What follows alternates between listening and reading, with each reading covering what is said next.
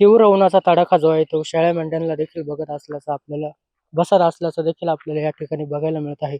आपण सध्या सिन्नर तालुक्यातील चापडगाव या ठिकाणी आहोत. या ठिकाणी जे आहे ते शेळ्या मेंढ्यांनी सावलीचा आसरा घेतल्याचं आपल्याला पाहायला मिळत आहे. आपल्यासोबत ज्यांच्या शेळ्या मेंढ्या आहेत ते शेतकरी. बाबा, काय सांगाल, काय परिस्थिती आहे चाऱ्याची? परिस्थिती खूप बिकट आहे चाऱ्याची आणि पाण्याची सुद्धा टंचाईच आहे. पण कसे तरी दिवस पाणी पडतो काढायचं काम चाललंय. नाहीतर चाऱ्याची पाण्याची खूप टंचाई आहे. उन्हाचा तडाखा वाढतोय. उन्हाचा मेंढ्यांना तडाखा वाटतोय. जनावरायला म्हणजे उन्हात जनावर दमच धरतीने कुठंतरी सावलीचा आसरा घ्यायला लागतोय. आणि चारा असलाय तरी पण उन्हामुळे जनावर चाऱ्याच्या अभावी म्हणजे उन्हाच्या अभावी दमच धरती नाही. नक्कीच आपण या ठिकाणी बघू शकतो की शेळ्या मेंढ्यांनी देखील सावलीचा आसरा घेतल्याचं बघायला मिळतंय. आपल्यासोबत महिला शेतकरी आहे.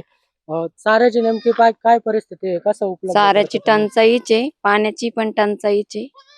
उन्हामुळं सावलीला बसायलाच लागत आहे.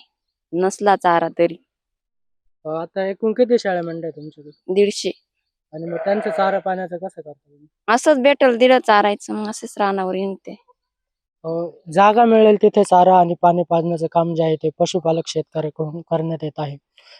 योगेश माळीणकर, TV9 मराठी, चापडगाव, सिन्नर, नाशिक.